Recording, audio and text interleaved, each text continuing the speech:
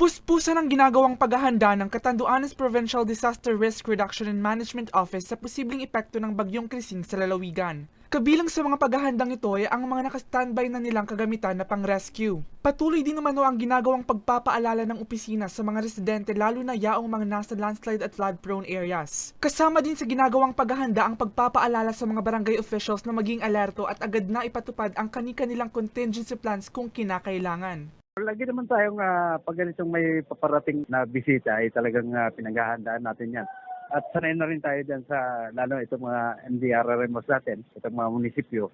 Alam naman nila yung kanilang gagawin kung sakaling mag-intensify itong si Tropical Depression Krising.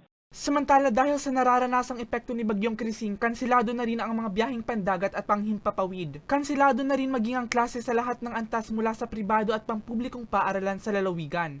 Itong medyo paalalay ng ulan ang magiging epekto nito hindi naman sa pagbaha. So mga sa mga landslide natin sa mga main thoroughfares natin papuntang norte. So ingat-ingat lang at maging vigilant po tayo sa lagi. Nakaalerto ang iba pang emergency response teams at rescue units sa buong lalawigan. Para sa mga balitang Tatak Bicol, Mel Moral.